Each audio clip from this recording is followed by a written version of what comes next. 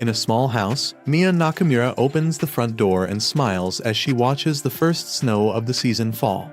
Just then, her sick mother calls for her, so Miya quickly helps her back into bed. Her mother apologizes for making her work so hard, but Miya simply smiles and tells her not to worry.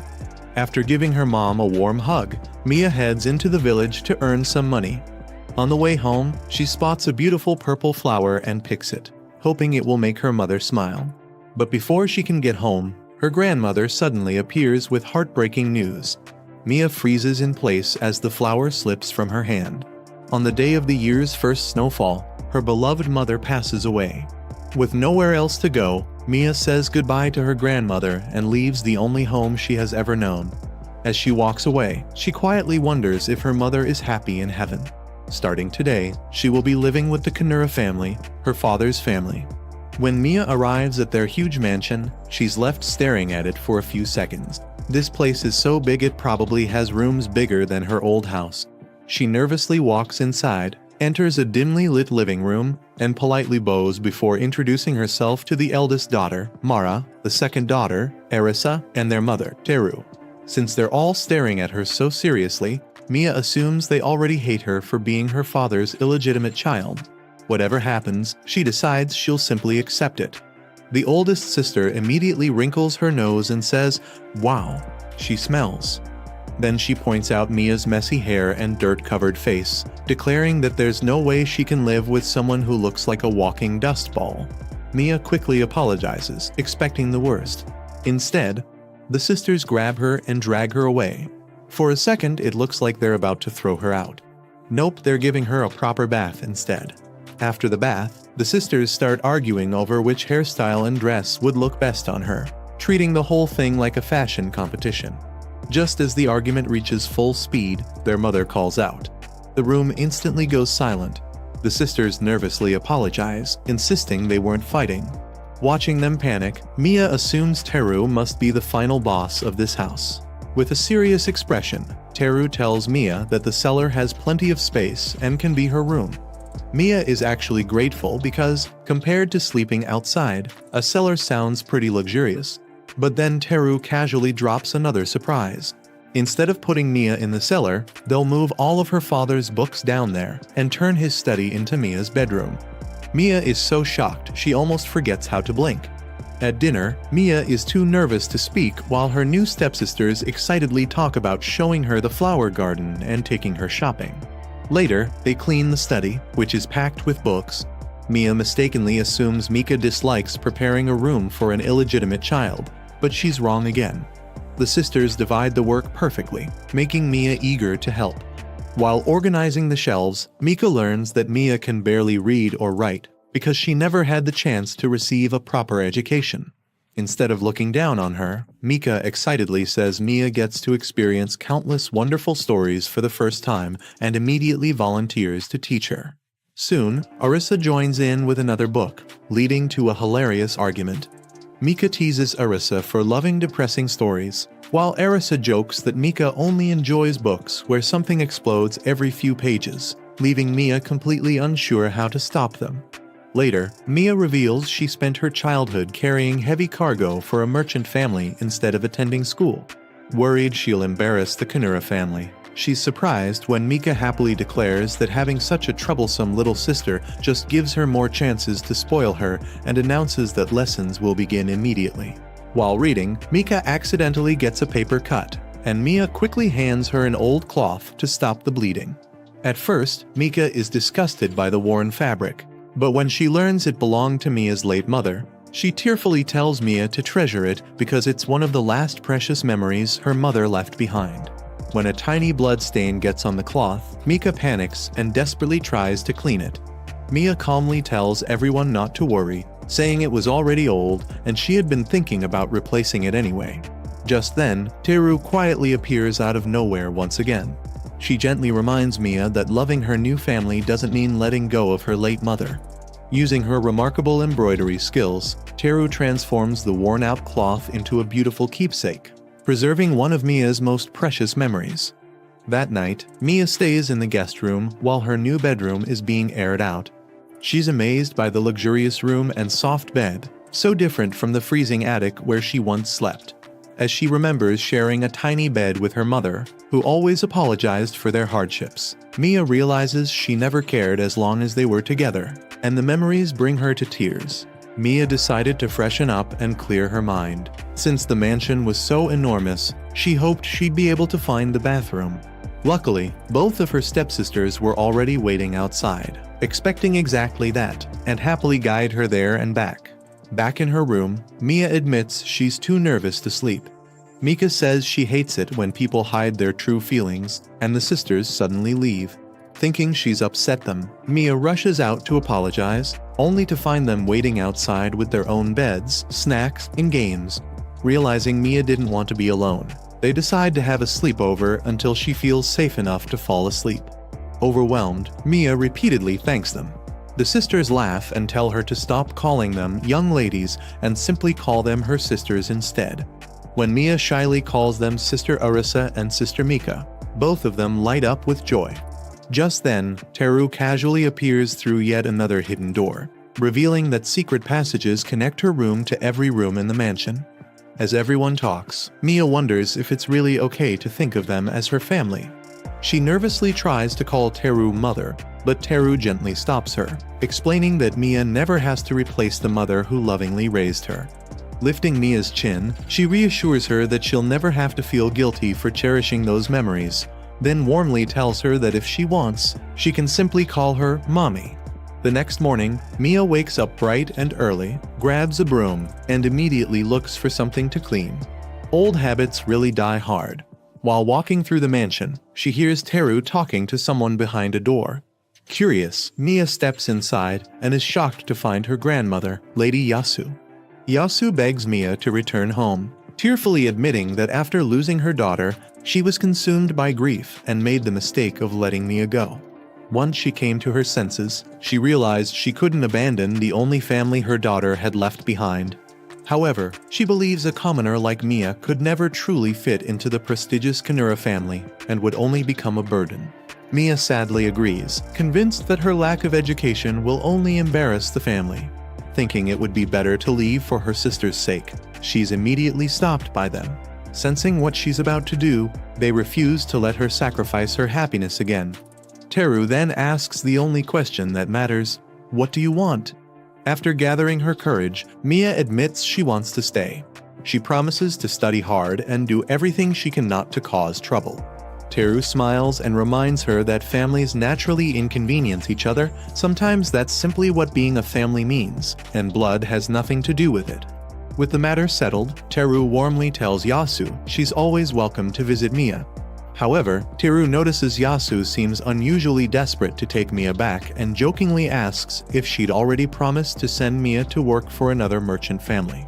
Yasu's flustered reaction reveals the joke hit the truth, and she quickly leaves. Before going, she quietly warns Miya that not everyone in the Kanura family may accept her, and if life there ever becomes too painful, the Nakamura house will always be her home. The next morning, Mika scolds Miya for disappearing without saying good morning, admitting she spent the entire morning worried after finding her gone. As the sisters start bickering, Teru calmly stops them and casually announces they'll be holding a welcome party for Miya that evening. That night, the dining table is filled with a magnificent feast. For someone who once struggled just to survive, it feels almost unreal. Later, Miya watches the snow fall outside and quietly thinks, "Mother, even though the days here are still cold, my new family has filled them with warmth." At a fancy antique shop, one of the attendants accidentally dropped a beautiful trinket box, chipping one of its corners. She quickly wrapped it up after being told that their most important customer of the day was about to arrive, Lady Teru Kanokura. The Kanokura family was famous for its long and respected history, and Lady Teru carried herself with so much elegance that one serious look from her was enough to make anyone stand up a little straighter. The staff had heard she was incredibly strict, so everyone nervously lined up, terrified of making even the smallest mistake. When the doors opened, no one even dared to look up. But instead of acting cold and demanding, Lady Teru simply reminded her daughters to stay together and make sure Miya didn't wander off. The nervous atmosphere instantly disappeared as the attendants rushed over, eager to help. It looked less like customer service and more like a friendly competition to see who could spoil the Kanekura family the most. However, Lady Teru wasn't shopping for herself. She had come to buy necessities for her newest daughter, Miya. The moment they entered the store, Arisa and Mika threw off their cloaks like two professional shoppers preparing for battle. Both were determined to find the best gifts for their little sister. Meanwhile, Miya stood there with shaky hands, overwhelmed by how huge and beautiful the store was. Wanting to cheer her up, Mika gave Miya a lip rouge she had been saving her allowance to buy. Not to be outdone, Arisa proudly gifted her a boxwood comb that would keep her hair shiny. Monica couldn't help wondering how Arisa could afford something so nice when she usually spent all her allowance on snacks. As it turned out, Arisa earned extra money by helping with chores around the house. Smart move. Before long, their shopping basket was overflowing. Lady Teru smiled but reminded the girls that while it was wonderful to spoil Miya, she also needed to choose something for herself. After carefully looking around, Miya picked the chipped trinket box. It wasn't the prettiest item in the shop, but the iris flowers painted on it reminded her of her late mother. She wanted to use it as a treasure box to keep all the gifts her sisters gave her. The shop owner quickly offered a brand new mother-of-pearl box instead, but Lady Teru gently refused. This was the very first thing Miya had ever chosen for herself, and as her new mother, she wanted to make that wish come true. Since the corner was broken, she decided they would repair it using kintsugi, the traditional art of fixing broken pottery with lacquer, proving that even broken things can become more beautiful. Back at the Kanekura mansion, Miya's sisters excitedly told her it was time to meet the family's bodyguard. Hearing that, Miya imagined a huge, intimidating warrior standing guard against thieves. But when the doors opened, the mighty bodyguard turned out to be Gungir, a fluffy little dog. Miya instantly melted from the cuteness overload and scooped him into a big hug. Monica joked that this was the kind of moment that deserved 100 photos, but sadly, cameras back then were about the size of a small suitcase. Watching Miya happily cuddle the fluffy pup, everyone agreed it was almost too adorable to handle. Then the head maid, Nago, mentioned that everyone called him Guncho because he had never barked. They had always assumed he was simply the most well-behaved dog in the world, until Mika casually revealed that he actually couldn't bark. On a rainy day, the family found Gungir collapsed outside the mansion. He wasn't hurt, so they guessed he had been through something emotionally upsetting. Seeing him like that reminded Miya of her own childhood. Before she was even 10 years old, she had cared for her sick mother while also working to earn money. Yasu felt heartbroken that such a young girl had to live through so much. Miya quietly wondered if that made her a pitiful child. Mika immediately shook her head. Gungir wasn't pitiful just because he had suffered, he had a loving family now, and so did Miya. Hearing those words brought a small but genuine smile to her face. Just then, Lady Teru walked in and asked why everyone was chatting instead of taking Gungir for his daily walk. A pet wasn't just there to look cute, it was their responsibility to care for him properly. If they waited too long, they'd miss the perfect time for his walk and his chance to socialize with other dogs. At the dog park, Gungir happily played with his furry friends while Miya joined in. The whole scene was so adorable that it deserved a million photos. Unfortunately, instant cameras hadn't been invented yet, so everyone just had to enjoy the moment the old-fashioned way.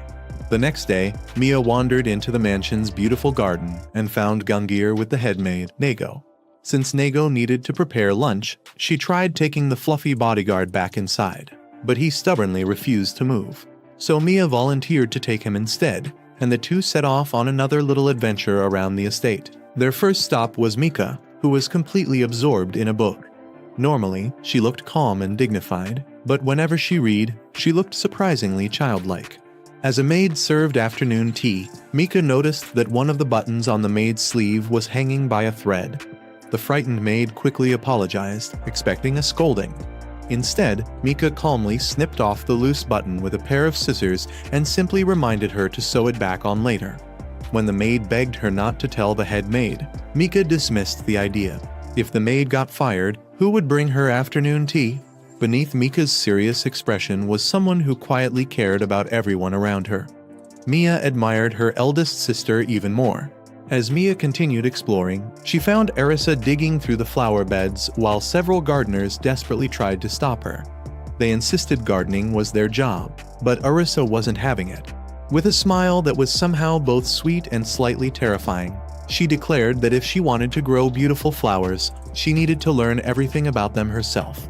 She eagerly asked the gardeners to teach her. Besides gardening, Arissa was also talented at tea ceremonies and dancing, and Miya realized none of those skills came naturally. They were all earned through hard work. When someone suggested asking Mika for help, Arissa immediately refused, insisting she could do it herself. Even though the sisters clearly cared about each other, they somehow managed to turn almost everything into a competition.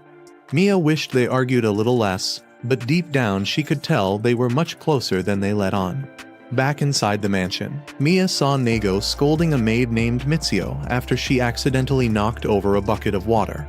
When Lady Teru arrived, Nego tried to take the blame herself, but Teru saw right through the excuse.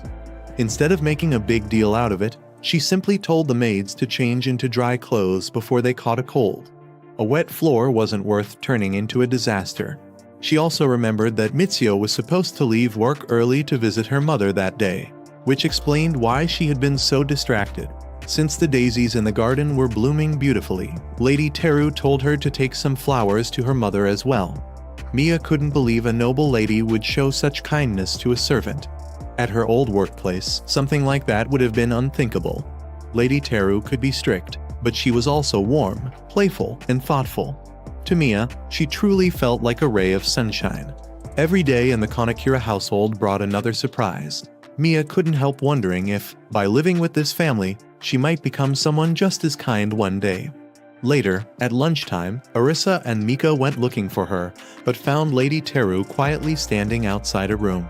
She gently motioned for them to stay silent. Inside, Miya had fallen asleep while cuddling Gungir. Smiling at the heartwarming sight, the family quietly covered her with a warm blanket and let her rest. Later, Miya learned about the Setsubun tradition, where people throw beans to chase away bad luck. She wanted to wear the Oni mask, but her family wouldn't allow it. When Miya admitted she was afraid of hurting someone because years of hard labor had made her unusually strong, Lady Teru reminded her that strength isn't just for hurting people, it can also protect the ones you love. To prove her point, Lady Teru put on the Oni mask herself and encouraged Miya to throw the beans without holding back. During the ceremony, Miya threw the beans with all her strength, knocking the Oni mask clean off Lady Teru's face. Lady Teru laughed and praised her perfect throw, joking that even sickness would run away after that. Later, she discovered Nego had secretly fired another bean through a small tube because her protective instincts wouldn't let her watch Lady Teru get hit, even during a harmless tradition. Touched by her loyalty, Lady Teru thanked Nego, and together they hoped for another healthy year for the entire family.